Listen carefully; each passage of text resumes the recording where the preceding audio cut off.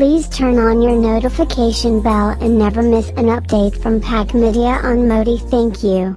अभी गर्मियों ने थोड़ा ही चेहरा दिखाया था कि लोड शेडिंग आसमानों पर चढ़ गई। ऐसा हुआ कि लोड शेडिंग खत्म करने के दावे करने वाली हुकूमत चौथे साल में भी लोड शेडिंग खत्म ना कर सकी, आखिरी साल रह गया। इस लोड शेडिंग के टाइम पर भी ख्वाजा आसिफ साहब ये फरमाते हैं कि अवाम एक बार फिर सब्र का मुजाहिरा करें। जिस तरीके से हर बार हम सुनते हैं कि दुआ करिए कि बारिश हो जाए, दुआ करिए बारिश खत्म हो जाए, उसी तरीके से दुआ करिए कि लोड शेडिंग भी खत्म हो जाए। इसी के साथ आगाज करेंगे अपने शो का, बिलखुसूस गर्मियों के स्टार्ट में सबसे बड़ा मसला लोड शेडिंग का। इसी स्टार्ट करेंगे, लेकिन उससे पहले मैं तारुफ करवाऊंगी अपने पैनल का। मेरे साथ इस्लामाबाद स्टूडियोज में मौजूद है सुहेल इकबाल भट्टी साहब, इन्वेस्टिगेटिव जर्नलिस्ट हैं। सुहेल साहब शुक्रिया आपने ज्वाइन किया। लाहौर स्टूडियो से हमें ज्वाइन किया सज्जाद मीर साहब ने, जाने मानी शख्सियत हैं, सीनियर एनालिस्ट हैं। सज्जाद मीर साहब बहुत शुक्रिया आपने हमें ज्वाइन किया। मीर साहब स्टार्ट आपसे ही करते हैं। बिजली की पैदावार करने, यानी पैदावारी कैपेसिटी तो हमारे पास है, जितनी हमें रिक्वायरमेंट है उतनी कैपेसिटी है, लेकिन पैदावार कभी ऑप्टिमम लेवल तक पहुंच नहीं पाती है। मीर साहब हर बार हम ये रोना रोते हैं कि अगर हमारी तमाम ऑलरेडी एग्जिस्टिंग पावर प्लांट्स अपनी फुल कैपेसिटी पर चले तो फिर लोड शेडिंग ना हो, लेकिन ऐसा कभी हो नहीं पाता। ये क्या सिर्फ ख्वाब रह जाएगा? नहीं, असल में जो असल चीज जिसका फर्क पड़ता है, जिसका फर्क पड़ा है, वो हमारी पन बिजली का है। यही हमारी स्ट्रेंथ है, क्योंकि यही बिजली सस्ती होती है और इसी बिजली के जरिए से हम अपने जो मसाइल है वो हल करते रहे हैं। अब हुआ ये है कि इस साल बारिशें कम हुई हैं। अभी तो हम बिजली का रोना रो रहे हैं ना कि हमारे डैम कम बिजली पैदा कर रहे हैं। अगर मंगला और तरबेला डैम कम बिजली पैदा करें और पानी के ज़खायर भी कम हो जाएं तो असल मसला बिजली का नहीं आने वाला। वो तो शायद हम डीजल से बिजली बनाकर या फर्नेस ऑयल से बनाकर कुछ अरसे के लिए सब्स्टिट्यूट तरीके इख्तियार करके कुछ कमी को पूरा कर लें।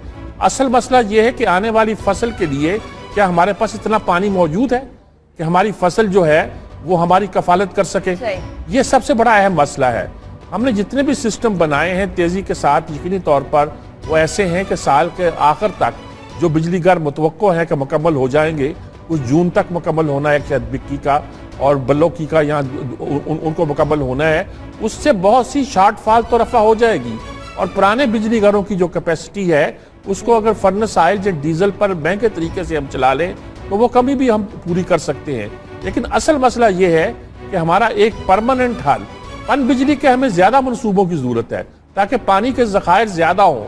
अगर पानी कालाबाग में भी होगा, वाशा में भी होगा, तरबेला में भी होगा, तो अगर एक डैम से दूसरे डैम को पानी हम छोड़ेंगे जहां 2 सालों का 3 सालों का पानी हमने इकट्ठा किया होगा तो किसी उस साल जब कुछ साली होगी उनमें मसाइल पैदा नहीं होंगे। तो हमें इस बात को सोचना चाहिए और देखना चाहिए कि हमारी बिजली के सस्ते जरिया सिर्फ पन बिजली है। एटमी बिजली जो है वो भी नंबर 2 पे आती है, फिर कोयले पर है, फिर गैस पर है, बल्कि गैस पर पहले है, फिर कोयले पे है, फिर उसके बाद जाके कहीं डीजल और फर्नेस ऑयल का वक्त आता है। तो हमें जितनी भी मनसूबा बंदी है तो मुझे यही है कि बिजली कम हुई, लोड शेडिंग कम हुई है और अगर ये क्राइसिस ना हुआ तो मेरा ख्याल है इस साल लोड शेडिंग ज्यादा नहीं होगी। लेकिन अगर क्राइसिस हुआ तो हमें सब्स्टिट्यूट अपने जो अरेंजमेंट है उसको पूरा करना पड़ेगा। उस पर असर पड़ता है फिर अपने वसाइल पर। आपको ज्यादा तेल बाहर से मंगवाना पड़ता है, फर्नेस ऑयल मंगवाना पड़ता है, डीजल मंगवाना पड़ता है। ये नहीं कि बिजली महंगी होती है, बल्कि ये कि आपका इंपोर्ट बिल भी बढ़ता है। ये सारी बातें आपको देखना पड़ती है, लेकिन तवक्को रखनी चाहिए कि अल्लाह बारिश भी करेगा, खुश साली खत्म भी करेगा और हमारे दूसरे मसाइल हल भी करेगा, जिनमें एक लोड शेडिंग का मसला भी है। मीर साहब ने ख्वाजा आसिफ साहब वाली बात कर दी। वैसे ख्वाजा आसिफ साहब भी सुहेल साहब यही कहते हैं, अभी भी कह रहे हैं कि सब्र करें जरा, अप्रैल के एंड तक जो है यही हाल रहेगा। अभी अप्रैल के एंड तक यही हाल, अभी तो वो मौसम है जब आधे पाकिस्तान में कम से कम अप्रैल के आखिर में बारिशें होने का तवक्को है ना जी, पाकिस्तान यानी सदर्न साइड बारिशें होने की तवक्को है ना जी। इस बात की तवक्को की जा रही है कि बारिशें होंगी तो हमारे डैम ज्यादा बिजली पैदा करेंगे, लेकिन जो अल्टरनेटिव जराए हैं उनसे बिजली पैदा की तो जा सकती है, लेकिन महंगी पड़ेगी। वो ये सारी सूरत होती है। वसाइल अल्लाह का शुक्र है बहुत बेहतर है हमारे पास। राइट, अच्छा सुहेल साहब, भिक्की या फिर बाकी प्रोजेक्ट्स की बात करें, अभी तो उनकी बारी आनी है। नंदीपुर की बात कर लें, गुड्डू की बात कर लें, वहां से कितनी बिजली पैदा हो रही है? वो दावे जो किए गए थे वो पूरे हो रहे हैं? अनिका देखिए, अगर सब कुछ आप अल्लाह पर छोड़ दें कि बारिशें होंगी, पानी का बहाव बेहतर होगा तो बिजली का मसला भी चलें आने वाले दिनों में हल हो जाएगा। दुनिया के अंदर कुछ इंसानों ने खुद भी बेहतर इंतजामात करके अपने हालात को बेहतर बनाया है। अब ये करता चलूँ, गुज़श्ता रोज़ ये मैंने सरकारी डाटा हासिल किया जिसे बड़ा सीक्रेट रखा जाता है, इसको लीक नहीं होने दिया जाता, हालांकि पब्लिक इंटरेस्ट का है, लेकिन ये बहरहाल मैंने हासिल किया। कल सुबह 10 बजे के वक्त जो बिजली की पैदावार थी वो 11,055 मेगावाट थी, जिसमें से जो हमारे पन बिजली का शेयर था वो 1,401 मेगावाट था, सरकारी पावर प्लांट से 2,387 मेगावाट और आईपीपी से 7,267 मेगावाट बिजली पैदा की जा रही थी। लेकिन ये वो सूरत हाल है कि जो अब हम जिसका हमें सामना करना पड़ा है। वजारत पानी और बिजली ने कुछ अर्सा कबल आपको याद होगा कि बहुत बड़ी मुहिम चलाई थी कि पावर सेक्टर की सूरत हाल बहुत बेहतर होगी, बिजली की पैदावार रिकॉर्ड सतह पर है, सरकारी पावर प्लांट से बिजली की पैदावार डबल हो चुकी है, लेकिन अदाद शुमार बता रहे हैं कि सूरत हाल बहुत खराब है। और आप ये सुनकर हैरान होंगी कि ये सारा जो मसला इस वक्त फेस करना पड़ा है और गुज़श्ता रोज से जो बिजली का शॉर्टफॉल है जो बेकाबू हो गया और लोड शेडिंग के जिन्ने दोबारा वो बोतल से बाहर निकल आया है, उसकी जो बुनियादी वजह है वो वजारत पानी और बिजली के अंदर माली और इंतजामी लिहाज से शदीद बद इंतजामी है, जिसका खमियाजा अब आवाम भुगत रहे हैं। फरनास ऑयल की कीमत इंतहाई कम हो चुकी है। एक वक्त था कि फरनास 2 साल कम फरनास ऑयल 70 से 80 हजार फी टन की रेट पर था, अब उसकी कीमत 35 से 40 हजार टन के दरमियान मौजूद है। पीएसओ के पास फरनास ऑयल का स्टॉक इस कदर मौजूद है कि वो अब मजीद जो फरनास ऑयल के कार्गोज मंगवाए गए हैं उनको ऑफ लोड नहीं कर पा रहे। वजारत पानी और बिजली अदम अदायगियों के बायस ना सरकारी पावर प्लांट्स को पूरी सलाहियत पर चला पा रही है और ना ही आईपीपीस को।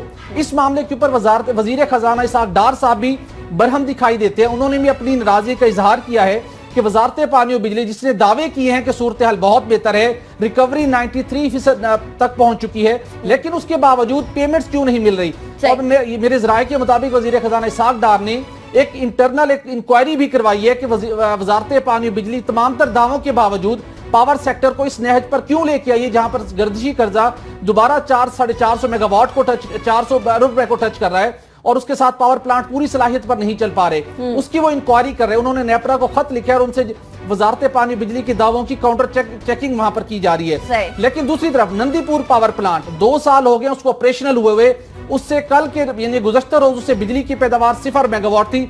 नंदीपुर पावर प्लांट बंद कहा जा रहा है, अभी तक उसकी अपग्रेडेशन जारी है। उसके बाद जो नया प्लांट आया जिसको वजारत पानी बिजली ने दावा किया कि हमने इसको मुकम्मल किया 747 मेगावाट का गुद्दू पावर प्लांट जो कि सिंध में लगाया गया था, वो पावर प्लांट भी 1 साल कब मुकम्मल हो गया, उसकी कमर्शियल ऑपरेशन डेट अचीव कर ली गई। लेकिन 747 मेगावाट के मुकाबले में गुद्दू सिर्फ 350 मेगावाट कर रहे हैं, उसकी मशीनरी में भी फॉल्ट्स हैं, यानी आधी से भी कम। सरकारी पावर प्लांट्स आईपीपी से हम 4 से 5,000 मेगावाट मजीद बिजली पैदा कर सकते हैं, लेकिन हम अपनी माली और बद इंतजामी की वजह से हम नहीं कर पा रहे। अब हज आसिफ साहब ने वाजे कर दिया है कि अप्रैल के आखिर में पानी की सूरत हाल बेहतर होगी, उस वक्त लोड शेडिंग में भी कमी हो जाएगी। इस वक्त मुल्क भर के अंदर वफाकी दारुल हुकूमत समेत गैर इलानी लोड शेडिंग का सिलसिला शुरू हो गया और गर्मी का भी तो आगाज है। आगे देखिए क्या होता है फिर। ठीक है, चलिए आगे देखिए क्या होता है। वो आगे फिर ये ना हो कि अगली बार बोलेंगे जी दुआ करेंगे बारिश कम हो जाए, क्योंकि बारिश ज्यादा हो गई, क्योंकि लास्ट टाइम भी इसी तरह की सिचुएशन हुई थी। और अगले टॉपिक की तरफ जाएंगे, वजारत पानी और बिजली से जरा वजारत पेट्रोलियम की तरफ बढ़ते हैं क्योंकि दोनों बड़े इंटरलिंक्ड हैं।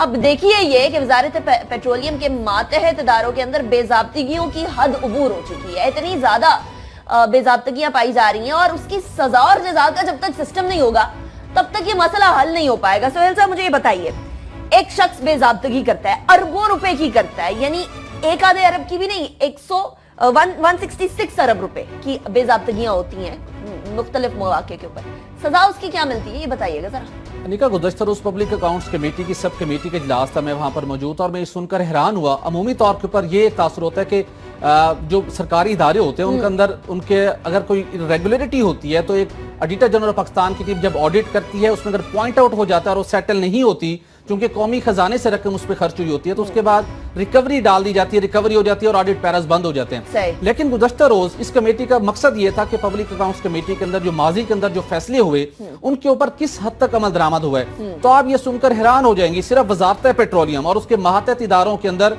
166 अरब रुपए की करप्शन हुई और ये मैं बात कर रहा हूँ 1995 से 2000 के अरसे के दरमियान ये करप्शन हुई। ऑडिटर जनरल पाकिस्तान की टीम ने ऑडिट किया, ऑडिट पैरास बने और उसके ऊपर फैसला हो गया, ऑर्डर्स हो गए कि ये रिकवरी की जाए, जो कंपनियां इसके अंदर मुलविस हैं और जो अफसरान इसके जिम्मेदार हैं उनसे रिकवरियां की जाए।